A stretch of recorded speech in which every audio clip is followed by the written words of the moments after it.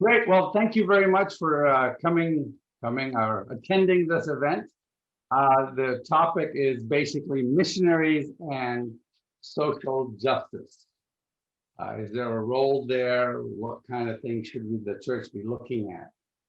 I'll give you an introduction. I'm wearing a very interesting T-shirt. You'll notice it's not a Black Lives Matters T-shirt. It's an Every Black Lives Matters T-shirt.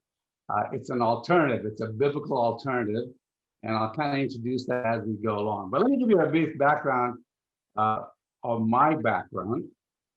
A few years ago, I wrote a book called Jesus is Involved in Politics. Why aren't you? Why isn't your church? It was a very controversial book. And so we decided to come up with a kinder, gentler version, which we called 40 Days Towards a More Godly Nation. And that kind of introduced the topic in a much more gentler, kinder, friendlier version, if you will. I'm admitting people as I go here. So, but what convinced me to write these books? And so let me give you a brief background of my, man, this admitting thing is going to keep slowing us down. Okay, well, let me write those books. So let me give you my background here. I was born in Ghana. I know some of you guys are thinking that that's a town in Africa. Town in Texas. It's actually a country just off the west coast of Africa. My parents were Indian Christians. St. Thomas came to India in 51 AD and led a number of pagans there to Christ, and we date our heritage all the way back to that time. So my parents were, I was born in Ghana, but then I grew up in Jamaica, Ethiopia, India, Yemen, and Sudan. And yes, I know Sudan is a town in Texas, and you can see it right there, Sudan, Texas, but that's not the Sudan I grew up in. The Sudan I grew up in is the country right off the east coast of Africa. They speak Arabic, and I used to speak Arabic. Unfortunately, I forgot almost all of it when I came here and started watching Star Trek in English. So I'm ethnically Indian, but I'm African born, raised in a mix of African and Indian culture. But of all of that and traveling throughout the world with my parents and with my dad and with my travels, I finally was able to come to America, and I chose to become an American, and God made that possible, which was quite an amazing journey for me. It was just wonderful. Now, you're probably wondering how come I managed to travel so far. I mean, was I a spy or a terrorist? After all, Yemen and Sudan are both known as terrorist countries, and right now there's a lot of problems happening in Yemen, unfortunately. But what was happening was my dad was a professor in physics, and he taught at universities all over the world. And I give you this to briefly introduce a very important story. Many years ago, my dad was a professor in physics at the University of Sana'a, which is in Yemen, the Yemen Arab Republic. The Yemen Arab Republic has Sharia law. So women wear burqas, it has a fascist dictatorship. I was about 18 years old, and for most of those 18 years, I dreamt about coming to the US to go to college. The US was the land of my destiny. I thought it was the land of my dreams, it was the land of my heart. And from what I saw in the movies, it was the land of some very, very beautiful women. And I was right, because when I came to America, I found the most beautiful woman, and I convinced her to marry me. Those are not our kids, those are the flower birds. These are our kids, and you can see them all right there. In fact, the youngest one is Alistair. He's actually a bit older. Oh yeah, this is a good shot right here. That's Alistair in front of the Planned Parenthood clinic in Portland, boycotting it, wearing his Throwback Thursday shirt. But anyway, so there he is a lot now. Hang on a second, I kind of skipped ahead there. But a professor's pay in Yemen was not sufficient to pay out-of-state tuition and room and board. So we determined that it was going to be very hard for me to come to the US and afford to go there. But I sat down with my parents and we talked about it. And my dad said, okay, I think this is a very important thing, and we need to we need to see if we can make this possible to happen, but we're going to have to dig into our savings. So basically, we're going to go through all our savings, but we're going to get you there, and then hopefully after that point, we can figure things out.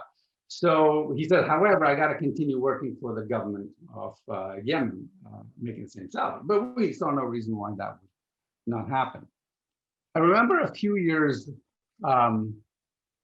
few months later. I mean, we back in those days, you had to buy. There was no internet, and there was no faxes. There was telex machines, and so we bought our tickets. I got admitted to the university to a college here in the States, actually Oregon State University. And 2 months before I was supposed to leave, Dad walked in from work and he says, he sits us all down. He tells us that he'd been fired. And it turns out that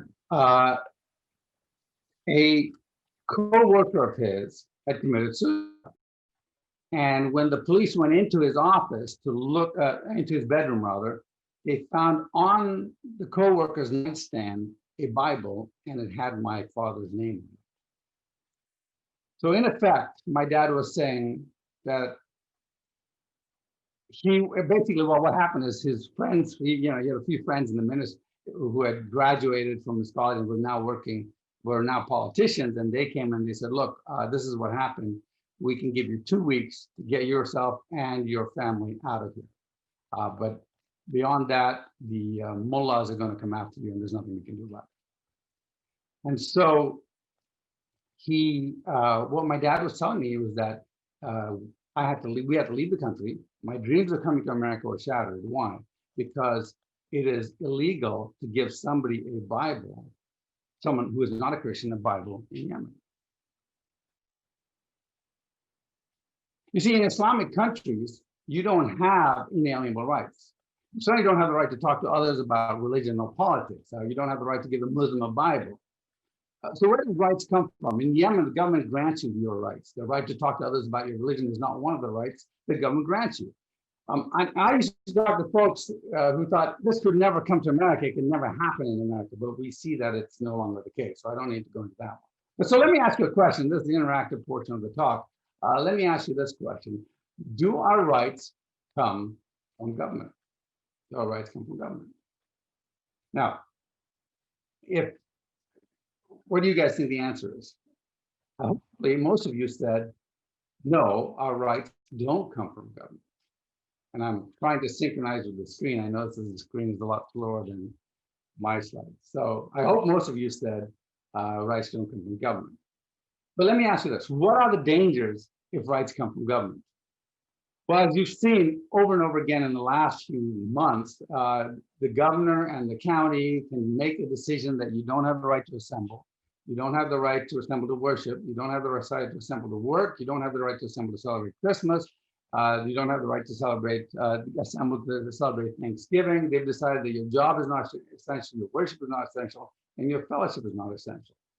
All for the sake of security and safety. So here's what happens. If rights came from government, then what would happen? If rights came from government, the government could legally, ethically, morally, and justly take away those same rights for any made-up reason, like for your safety. In fact, governments all over the world, rights are taken and granted and taken away. Just like in Yemen, right? The right to share the Bible with someone was not a right that they gave us. So we immediately see it's very dangerous if rights come from government. So can I give myself rights? If rights don't come from government, can I give myself rights? I mean, can I walk around saying, hey, I'm emperor? Well, of course I can't, because I have no right, I have no authority to declare myself emperor, right? So rights can't come from myself. And again, I see the screen is a bit more delayed than you guys, than I am. So let's, well, where do I get them from? Let's see. Let's talk about the masses. Can I get rights from the masses? If rights come from the masses, then this, by the way, if rights come from the masses, this is known, by the way, as a democracy. Now, the founding fathers called this a mobocracy, right? They thought that it was very dangerous for the masses to decide what was right and wrong. And the problem with the mobocracy or the democracy is if you have a democracy that decides that Jews don't have rights, then they don't have rights.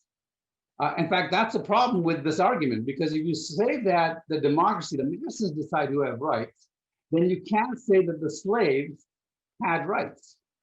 And the only thing you can say is that the reason the slaves were freed and had rights is because some nice white people decided to give them the right not to be a slave. But that's not true at all. Isn't the reality that the slaves always had rights? And what was happening was that these rights were constantly being violated, and it wasn't until the majority in the state recognized those pre-existing rights that that justice was achieved. Right? Sorry, again, getting distracted here with somebody in the waiting room.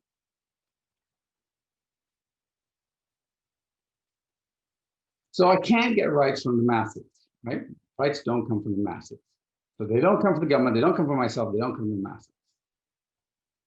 So where do rights come from? And hopefully most of you know this, most of you have figured this out. Where do rights come from? Rights can only come from an authority, the authority that has the right to grant me, to tell me what to do. So who's the only authority that can tell Hitler that the Jews are equal to him? Who's the only authority that can tell the slave master that the slave is equal to him and that slavery is wrong? Well, it can only be somebody who has authority over the slave and the slave master, who has authority over Hitler and the Jew. Well, what does the Declaration of Independence say? The Declaration of Independence is what? It says, and let's wait for the slide there. It says, we hold these truths to be self-evident, that all men are created equal, that they're endowed by what? By masses?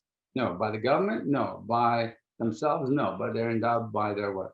By their creator with certain unalienable rights. Amongst these are life, liberty, and the pursuit of happiness. Now, by the way, there's a tendency to think that Thomas Jefferson was a genius, and he came up with this concept. Now, Thomas Jefferson was a genius, but he didn't come up with this concept. Because if you look over the centuries of sermons made in the last 200 years before this, you will find out that this idea was not unique to Jefferson. It was not from the Enlightenment. It was purely from political sermons in the 200 years before the Declaration of Independence was made. And so over and over again, we see that the idea that rights come from God, not from the king or from government, comes right out of the church. And so rights come from the Creator. And only God has the authority to give anyone rights. And if you think about this, this makes logical sense, because God is the one who has authority over all mankind. Now, here's what's very important, though. You can't just say a creator.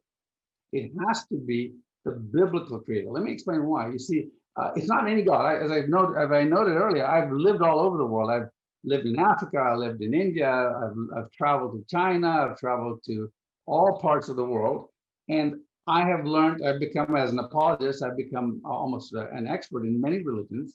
And there is no religion whose God gives humans unalienable rights except for the Bible.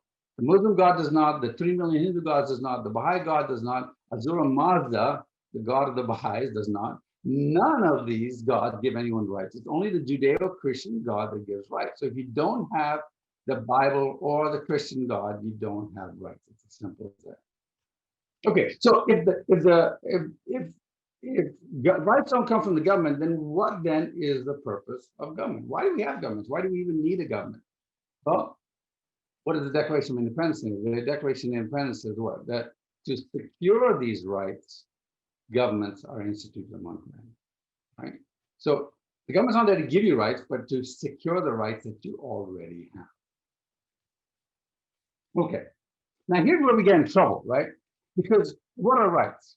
A lot of people get confused. You know, some people will say healthcare is a right. Some people will say a job is a right. Vacations are a right. Minimum wage is a right.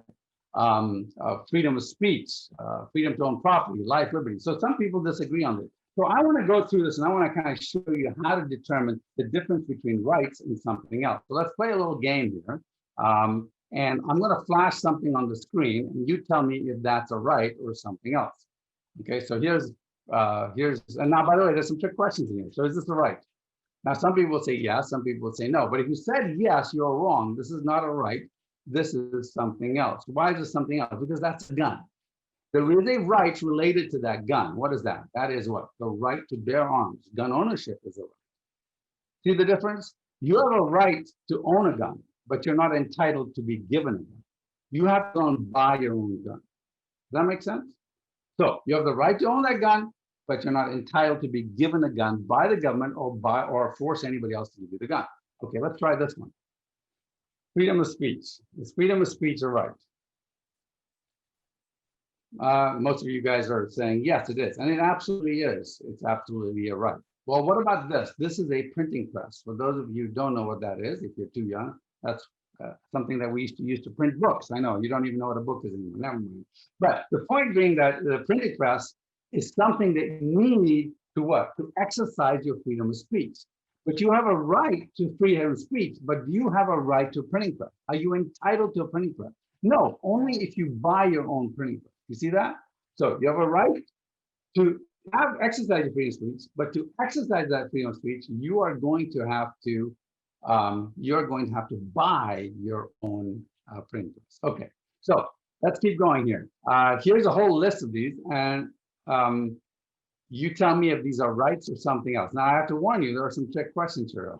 A home ownership, a job, healthcare, food, clothing, education.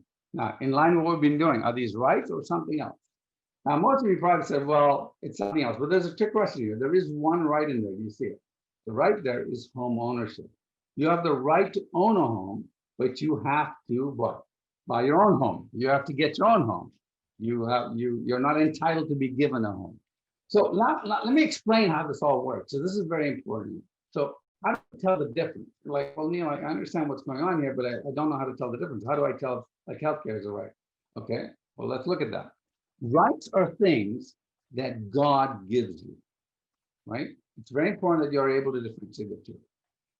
But if a right, quote unquote, right, depends on someone else's work or money or service, it's a good or in service, it's not a right. So you see, goods and services are the opposite of rights. Goods and services are products of somebody's labor.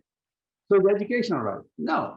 Why? Because where are you going to get the education from? You have the right not to be stopped from getting an education, but you're not entitled to an education because you have to get the education from someone.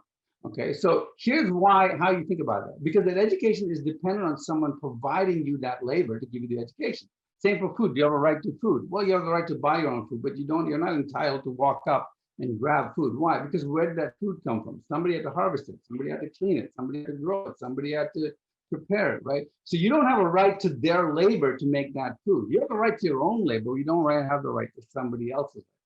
So let's take education. You have a right to an education. You have a right to an education if you pay for it. But if you think you're entitled to an education, where are we going to get that education from? Let's say we promise everybody a free education, which we pretty much got. Now what happens? What do? You enslave a group of teachers and whip them until they give a good education to people? Where are you going to get that education from? That's not going to work, right? You can't enslave people and force them to provide you with service. Now, of course, we don't do that. What we do is we enslave everybody a portion of the time, take 30% of their income, and then use that to pay for goods and services that we promise to other people. But what we've done in that process, so you have a right to your own goods and services, you don't have a right to somebody else's goods and services. Because that's stealing. Okay, now, so as soon as something's a product of somebody else's work, it becomes a good and not a right. You always have the God-given right to your own good, but you have no right to somebody else's good. So notice the difference. The right to bear arms is not a right to be given a free firearm. The right to free speech is not a right to be given free printing. The right to good education is not entitlement to be given a free education, right? The right to own a house is not the right to be given a free house. And notice too that the constitutions have Bill of Rights for education, healthcare, homes, and other such things are all communist and socialistic constitutions. And we've seen how successful they've been because they go bankrupt or they become oligarchies. Why? Because goods that are granted as rights require enough goods. And when people stop working because they're not getting what they're working too hard and not getting what they put in, they stop working less and start working less. And so you end up with you go bankrupt because all humans have a sin nature. And remember, the sin nature is what? Greed and laziness. These are part of the 7 deadly sins. And so as a result, regimes that are focused on this go bankrupt.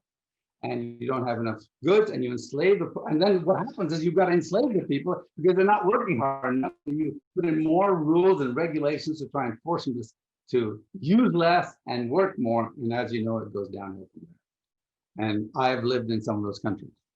I've personally experienced in those countries. So in the same way, is anybody entitled to a job? No. Why? Are you going to find an employer and whip him until he gives you? Where's he going to get the money to pay you with?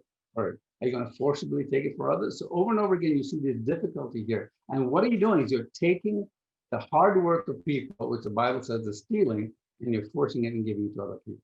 So here's what happens. Goods that are granted as rights. Goods that are granted as rights require to enslave men fiscally or physically to ensure a continuous supply of the good that you have promised to others. And sadly today, most Americans don't know the difference, and they think there's a scale between what the government should provide and what they shouldn't. There's no scale. Rights are rights and goods are goods. But you see all of these are moral issues. And if you ignore these moral issues, then you're going to hurt certain people to help other people. And that's not biblical at all. Now, what's important is, don't get me wrong here. I'm not saying that taxes or fees for services that you need is bad. And for instance, you own a car, right? You pay fees for using the road. You own a house, you pay for sewage and police and fire protection. That's the same ratio as you need. You have a heavier car, you pay more fees for the road. Now there's a problem because what? We have the problem with electric cars. How do you measure how much of the road you're using, right? Well, we'll figure that out. But if you have a bigger house, you need more police support and more protection. So you pay more.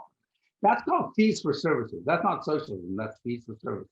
If you have a company and you import goods, you're going to be paying the guy who shipped your goods those fees, and he pays the road tax. If you order a package from Amazon, you're paying that shipping fee, and that shipping fee covers the road tax and fees for services and protection and all that. So that's all fees for services. That's fine.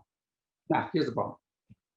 If we abandon this socialism, what about the poor? Christ often talked about taking care of the poor. James, if you recall, said that true religion includes taking care of the poor and widows and orphans. And that is absolutely correct. We should be taking care of the poor, widows, and orphans. But as a result of that, many people convinced that Jesus was a socialist. And so the question then follows, if we are to love our neighbors, shouldn't our government reflect taking care of the poor? So let's go back to the source of taking care of the poor. This is the story of the Good Samaritan. You guys remember the story of the Good Samaritan. What is loving my neighbor? Jesus tells us what is loving my neighbor. But notice that something here that we forget in the story. We always forget the innkeeper. Now there's the injured man, but then there's also the innkeeper. What about the innkeeper? Do I need to love the innkeeper? So let's go through the story here, because sometimes people forget the story. So here's how the story goes. There was a guy walking on the street, he gets mugged, and this Good Samaritan comes by, and he sees him there. He picks him up, puts him on his horse, and he takes him to the innkeeper. He takes him to the innkeeper, and he tells the innkeeper, here is some money. I am going to give it to you to take care of him. When I come back, Mr. Innkeeper, I want you to pay the rest of the money because, Mr. Innkeeper, you and I should share this cost with this poor man equally. Is that the story? No, that's not the story, is it? He didn't say that to the innkeeper. That's right, that's it. What he said is, look, Mr. Innkeeper, here's some money for it. To pay the rest of the money, when I come back, I'm going to go around to your neighbors. I'm going to bring some thugs. They're going to beat them up until they collect the rest of the money to give you to pay the innkeeper, or pay for the poor man. And the innkeeper says, what? That's not the story either, is it? Okay, I know. The real story is the Good Samaritan says, here's some money, Mr. Innkeeper. When I come back, I'm going to bring the IRS with some guns and some badges, and they're going to collect the rest of the money from your entire city and pay you some of that. That's not what he said, did he? What did Jesus say? Jesus said, we, the church, are the Good Samaritan. He said, we should take care of the poor. Jesus said, you give to the poor, not force your neighbor to, right? And this is the message of the gospel. You give to the poor, not force somebody else to. Not the message of the gospel. This is one of the messages of the Bible regarding this issue.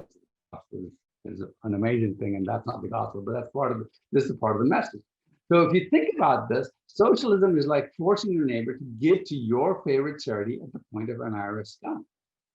So loving our neighbor does not include forcing them to pay for the poor, the sick, or the suffering. I can't force the innkeeper to pay for this. That's not loving to the innkeeper, and he's my neighbor too. See, Jesus was saying it's not the state's job to take care of the poor, it's the church's job.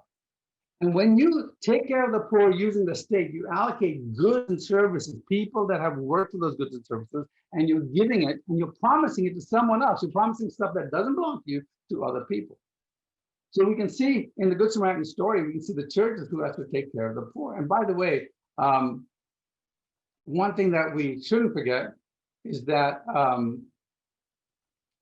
the church has done a great job of this. I've been in different situations before where I've been arguing with people, and they would say, well, "You're trying to tell me the church can take care of the poor?" I said, "Yeah, they can, because the church is about 5 to 6 times more efficient than the state. In fact, right here, look, we have a homeless ministry that takes people off the road, off the street in San Jose, and it only costs them $12,000 per homeless person. It costs our city of San Jose somewhere between $60,000 to $67,000 a year per homeless person, and they get a lot of money from the state. That's why you get more homeless people, because you get more money from the federal government. So the more homeless you get, the more money's coming in, and that's why a lot of mayors like homeless people.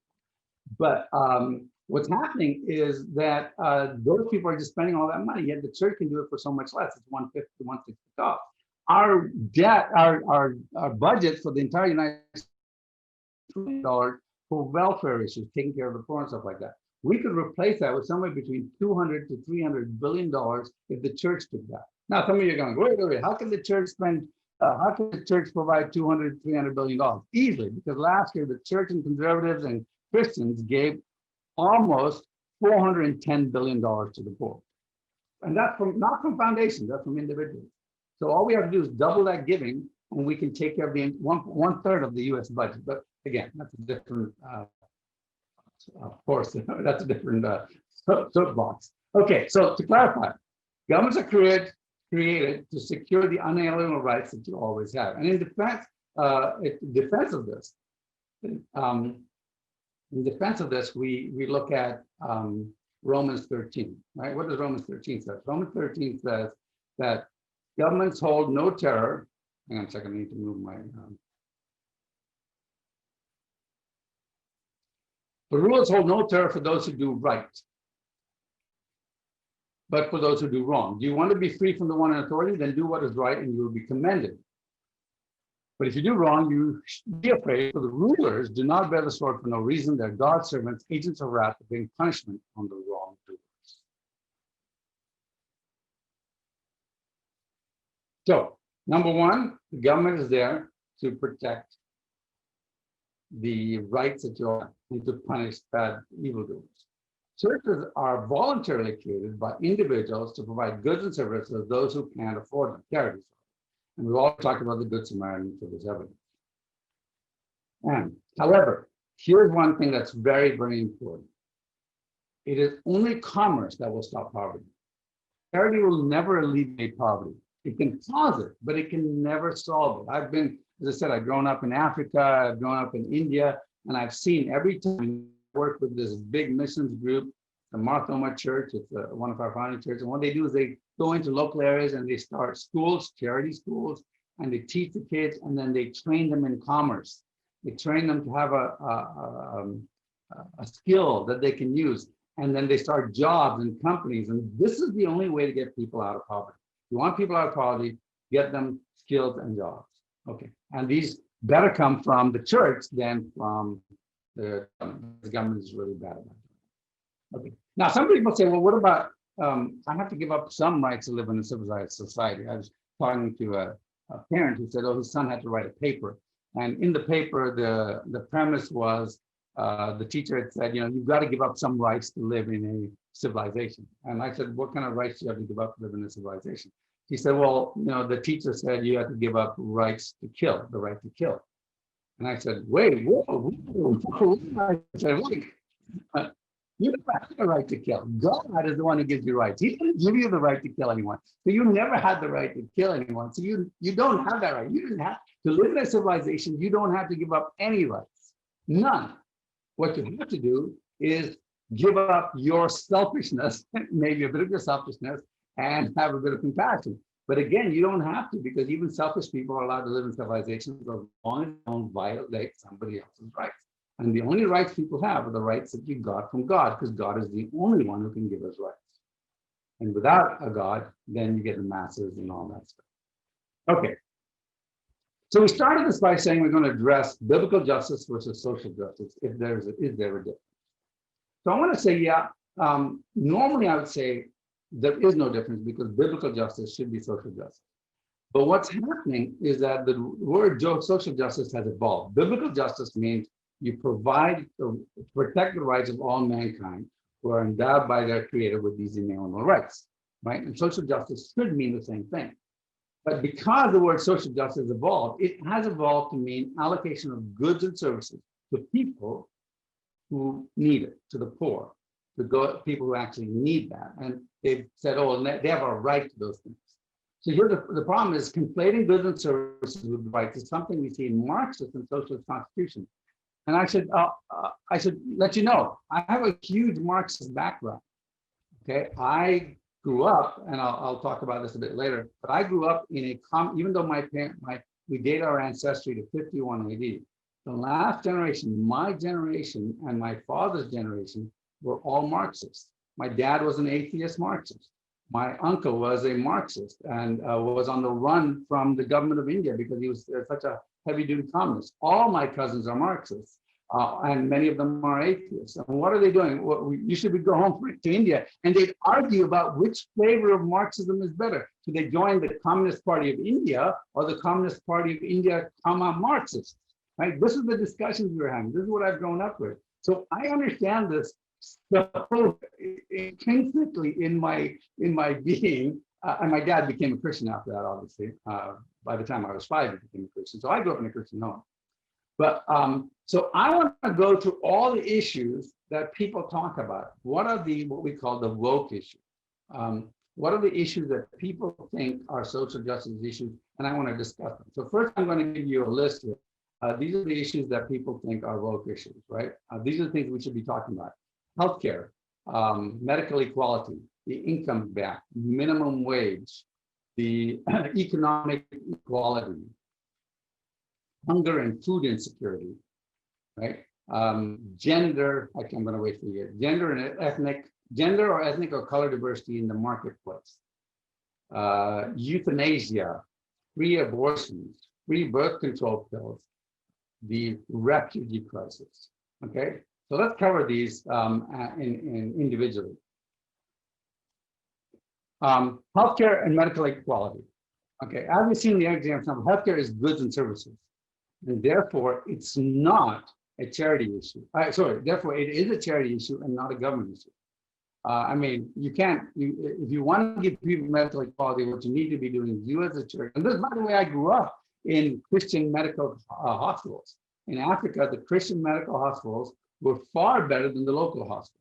Not because they were African, because in Yemen, that was the same case in Yemen. In Yemen, the government of Kuwait was paying millions, if not billions of dollars to provide free healthcare to everybody in Yemen. And guess what? It was worse than the free medical care that the missionaries provided. Okay, so that's a good, that's not a service. I mean, that's a good in service, that's not a right. How about the income gap? Again, a job is not a right because the creation of the owner of a business, it's the creation of the owner of the business. The person who creates a business is the one who should get that. You should not be stopped from getting a job or creating a company. That's a problem. A lot of times we're seeing problems with people having trouble creating companies because there's thousands and thousands of rules and regulations, and that's a problem. Also, being paid equally for a job is not a right. That's between the person paying you and the payee. Remember Matthew 20, where the farmer says, I'll pay you what I agreed to pay you, and I'll pay another what I agreed to pay them. As long as you get what I agreed to, that's all. So people should be able to agree to what they want to be paid. And here's another issue that we talk about, the income gap. It's a misnomer to think that women are paid 80% less than, 80% of what men are paid for. Let me tell you, I've started 4 startup companies. And in every startup company, imagine if I ran across a woman who could do the job for 20% less than a man. I would hire only women. Why? Because I would have 20% more money to use, right? Even if I was a male chauvinist pig, because I get to use that money on myself. Of course, in my company, they're all startup engineering companies, so we're all the money back into research. I have 20% more money from the research. But what's happening is if we look at the employment records, we find that there aren't more women in every aspect of the workforce because women are not getting paid less. What's happening is women take time off for being a mom. Like my wife was a public school teacher for 10 years, and then we had our kids. And then I married her, and then we had our kids. And so she left the public schools, right, as a public school teacher. So women, what happens is women leave this educational system, and then they go back, or the workforce, and they go back to it. But if you compare consistent, constant employment basis, you'll find that women actually get paid more because women actually are more preferable in some cases in engineering jobs and in different jobs, right? So we turned out that we hire as many women as we can because there's a different type of stability that they bring to the whole atmosphere. Okay, so this brings up my next point, the minimum wage. The minimum wage is an interesting, we've done a fair amount of research on this. Back in the 1930s, it turns out the minimum wage is somebody asked, can I send you a study? Absolutely, please send me an email after this and I'll get you all that information. Back in the 1930s, because of racism, Black men were willing to work less for less pay than white men. So even though the racist, this is the 1930s, no civil rights, Jim Crow laws, all that stuff. So lots of racism, a lot of unfairness, a lot of evil going on, but more and more Black men were being employed.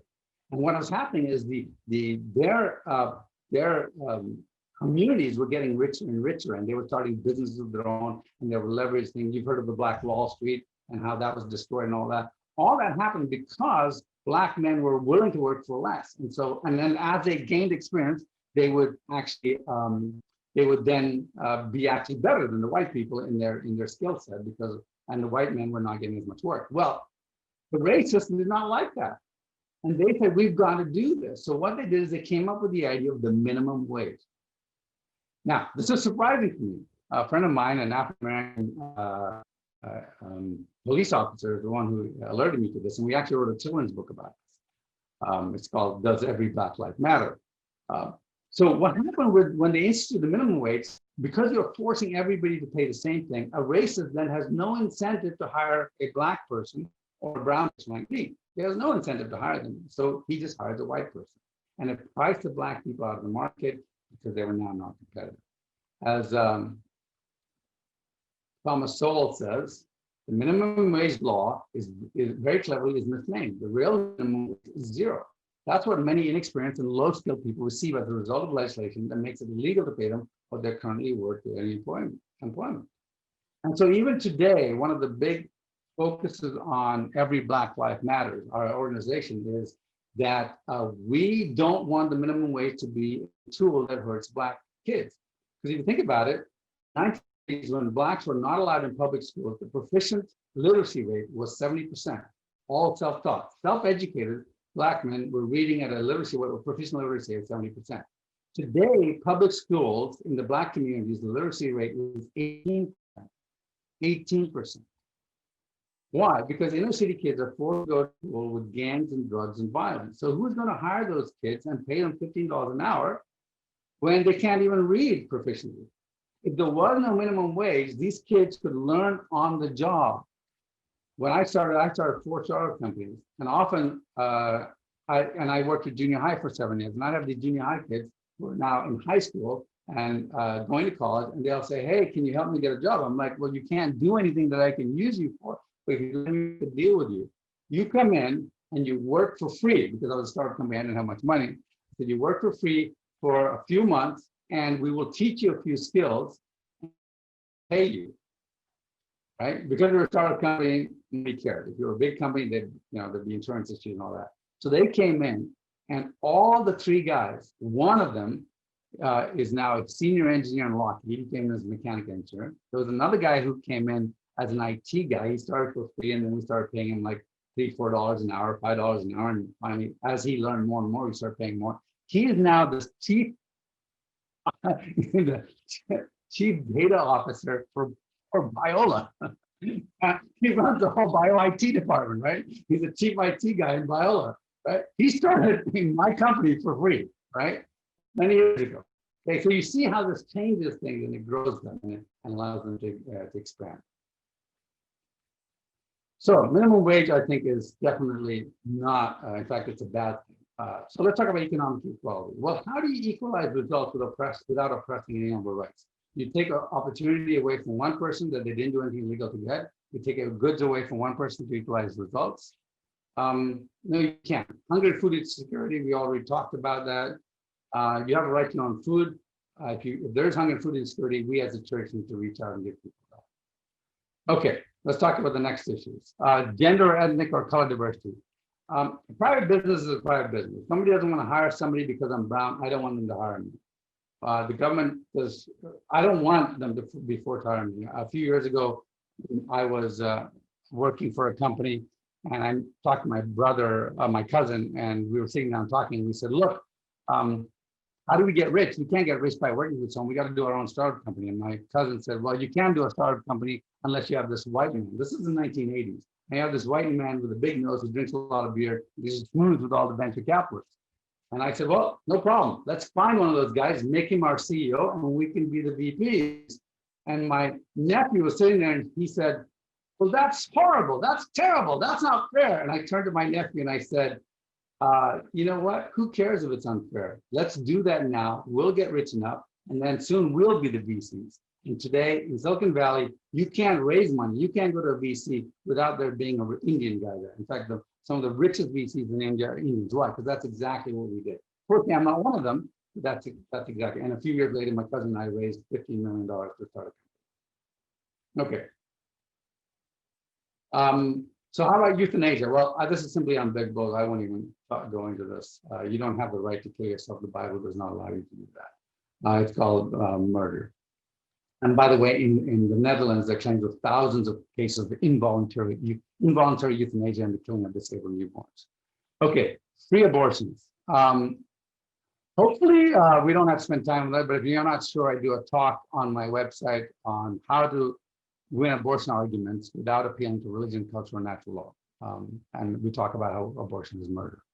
Okay, free birth control pills. Again, depending whatever your view on birth control, this is a good, not a right. This is the service, right? Refugee crisis. This is close to my heart because, in a sense, I didn't come as a refugee. I had to go somewhere else before I could come back here. I had to try a second time. But as much as I would love the U.S. to address the refugee crisis, and I think we should have a quota for them, we should do it judicially, meaning we have to be careful who we let into the country. It would not be good to bring folks here who not wish to become a part of the great heritage of America. Okay, so what are the real justice issues? I'm going to run through these real quick because you kind of understand these. Slavery, as you know, slavery is a real justice issue. It still exists in many parts of the world in Islamic countries. True racial justice. We have to be very careful about this. I don't have time to go into this, but there is true racial injustice. There really is injustice around, but it's not what you think. It's complete. It's actually in the Every Black Lives Matters website. We talk about this. Sex trafficking, I don't need to talk about this too much. This is obviously a huge problem when you do it.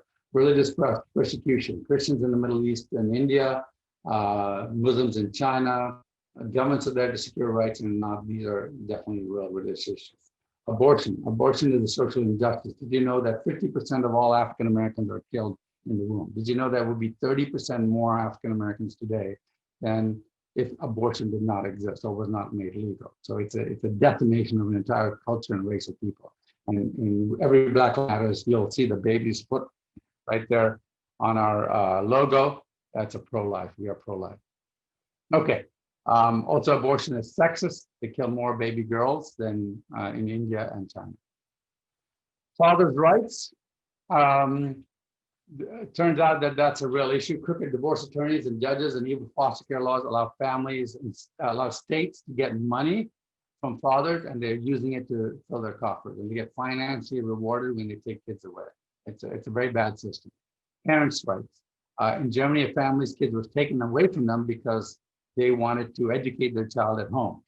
The kids were taken away. In fact, in one situation, I think it was in France, the family was half Indian. They said, we'll go to India to study so we can educate our child the way it is. And they got on the plane and they took the child away from the parent. That child is now suicidal. and the parents have lost their child. Why? Because they wanted to fly to India, even though she is an Indian citizen, and the Indian government did not take action. Forced child labor. This is very, most electric vehicles utilize child labor in Africa to extract the pressures and rare metals needed for batteries, and there's a huge issue of laws that need to protect those kids here. Free market rights. Governments in the US and around the world are imposing their ideas of how business should be run. Governments don't know how to run business. They're supposed to protect rights. Let me give you an example. In Chicago, a young Black woman was fined and almost imprisoned because she couldn't afford to spend the $6,000 to get certified to braid hair. Right? All she was doing, she was braiding hair in her own house, and they was fining her, and they were going to imprison her. So instead of the city getting a new entrepreneur, they got a new welfare dependent. Transgender issues. And that's not what you think it is. It's the opposite. I believe that the imposition of new transgender rights will severely hamper women's rights. And this is mainly what to do with bathroom issues. If you want to support the transgender community, you should create new bathrooms for them, but yet they are allowing them to go into women's restrooms with little girls. I had one situation where a family came to me and there was a transgender boy taking showers in their high school. Now, of course, nobody's in high school anymore, but so this was a couple of years ago. And the girls were really uncomfortable, but the school was forcing that. Then there's a case of all the transgender men. They just say they're transgender. Again, remember, you don't need any proof. You don't need to be going through any procedure. Just say you're transgender and suddenly you can participate in women's sports. And I think women are being hurt. In fact, a lot of lesbians are very angry at the transgender movement because of this. And then there's the other one, is the suppressing of rights because of ethnicity. I think there's a lot of danger here if you suppress the rights of those who are ethnically European to promote those who are ethnically brown or Hispanic or African, because now you are suppressing equal rights, and this is not biblical. Okay. Are justice issues a distraction from the gospel? The answer is no, they're not, because there are so many verses on rights. There's, I won't go through them because we don't have time, but the Bible is clearly concerned about rights. God is concerned about rights. So we're called to seek justice in all things. And we should be focused on bringing liberation to people. But here's the problem. There is a danger with this, and there's a concept called liberation theology.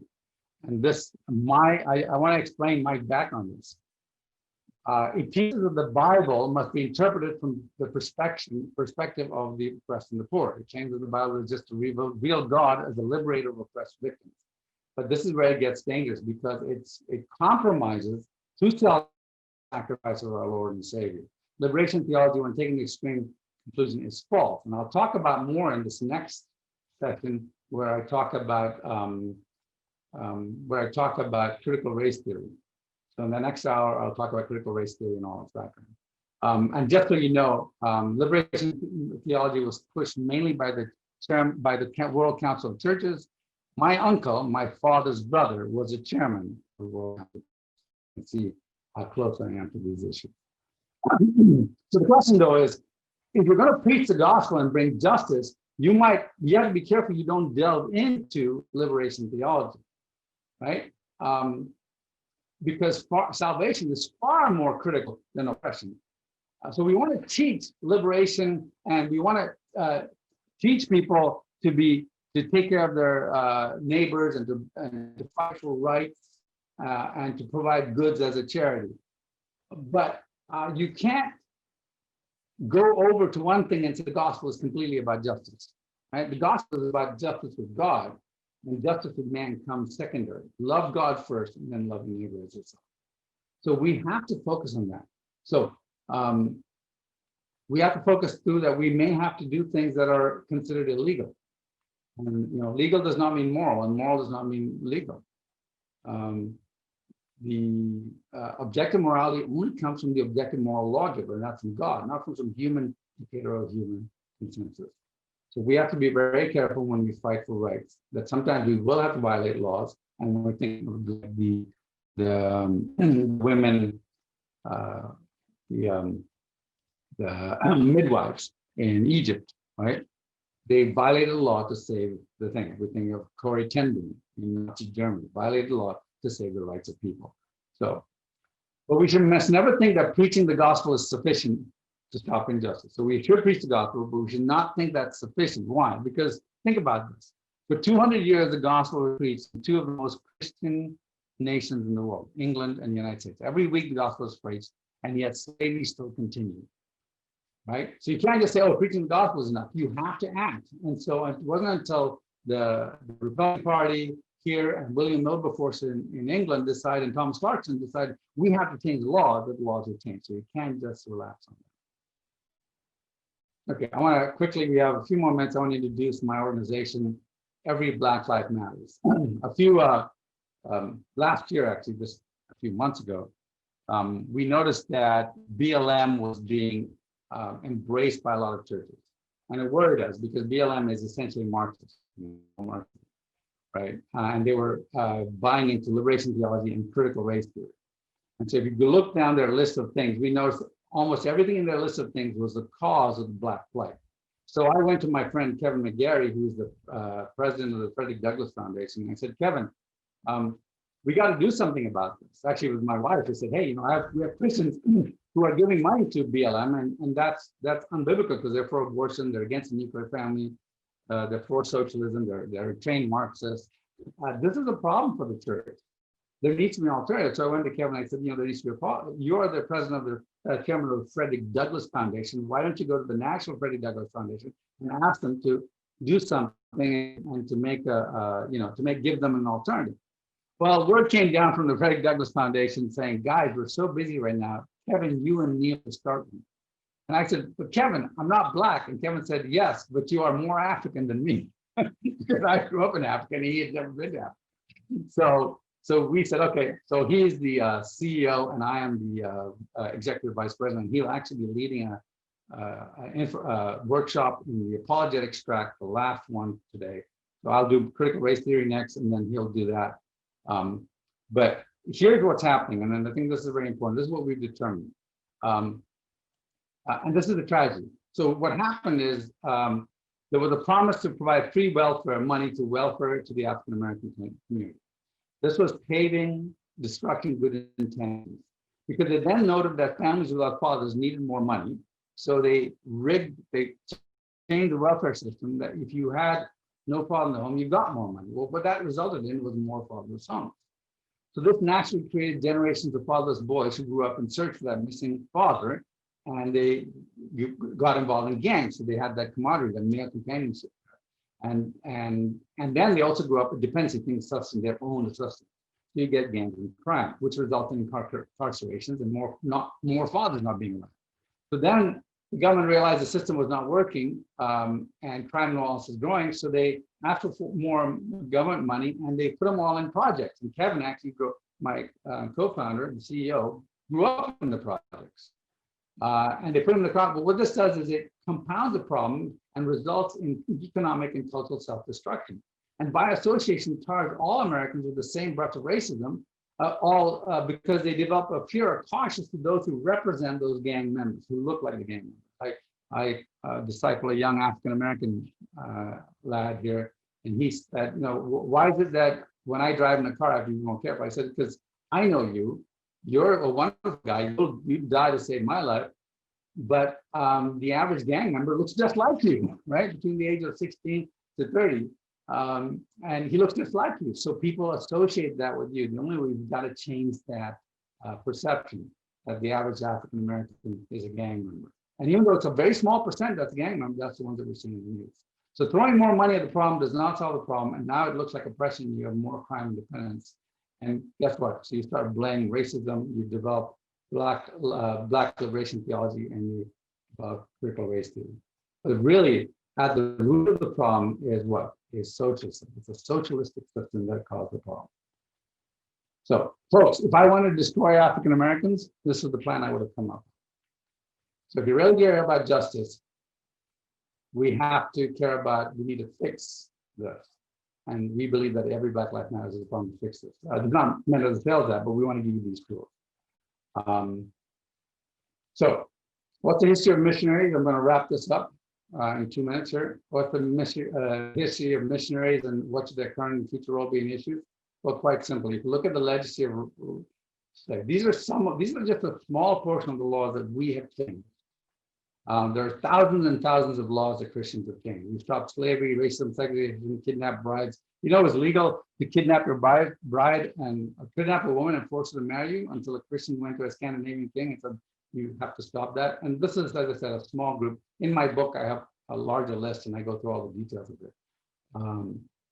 We need to be active socially. We need to be fixing this. And we've been so successful over and over again. Sometimes it's taken thousands, hundreds of decades and decades to solve these problems and to pass the laws. And most of the time, these were Christians. For instance, the reason it's against the law to burn a widow on the funeral pyre of her husband in India, that was the law, that was allowed, was because a Christian missionary in India stopped it. It's against the law to kill twins in Africa because there was a Christian missionary in Africa that stopped it. So what should missionaries do? They should preach the gospel. 2, they should understand the difference between rights and good. They should fight for animal rights and change the laws. They should provide goods and services through charity and don't and voluntarily provide goods and services. Don't take money from the government from any of these goods and services, because then you get into the same inefficiency the government does. And charity should only be for a reason, for a season, because only commerce can really afford it. So missionaries can start training people, besides giving them the gospel, train them to be self-sufficient in business like we're doing in India through the Indian church. So let me end with, this is our church event. If you, church training, if you have a church that's becoming woke, is adopting critical race theory and inviting pro-BLM speakers and all that, then invite us in to speak. We cover through a lot of the things that we talked about today. It's an all-day conference, and we go into depth about these things. We give you details and lots of Q&A. So with that being said, I think we have 4 more minutes. Great, not spend any time left any questions. My email is Neil, and I'll put my email here, Neil at everyblm.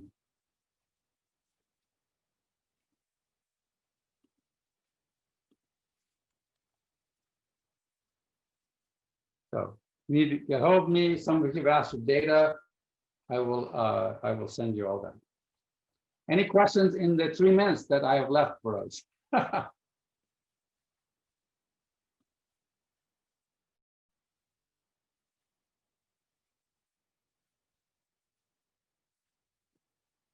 guess not. Okay, folks.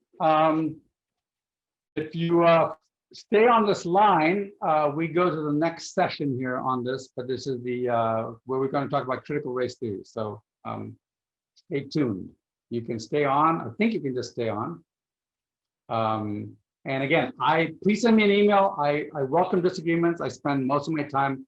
I've spent time discussing and arguing with BLM people, protesters on the street, yelling at me about it, and we build a bridge to them. Because we say, do you really care about Black lives? If you really care about Black lives, do you care about the fact that young Black men don't have a good education and they need vouchers to get a good education? Then why aren't we fighting for that? Because they're forced to go to these bad public schools. They should be able to go to a good school. Then I ask them, do you care about Black lives? What about the policies right now that pays the father of the house? We should not have a policy that if you don't have a father in the house, you get more money. So if you have a father in the house, you get more money. So more fathers are now in the house. You care about that, so we change that. And we talk about, then do you care about that 30% of all African Americans have been killed? And there will be 30% more African Americans today than if abortion had been made illegal. Do you care about that? So we talk about that, and that builds a bridge. Great, thank you all. Thank you so much. Appreciate you bringing these issues up that be helpful for me and my church. Yeah, please, thank you. And again, feel free to pass this information on, send them this recording.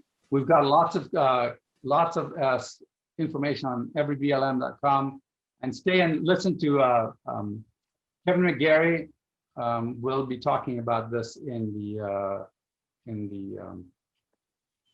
the last session of this today. I think after 1:45. Thank you. Thank you.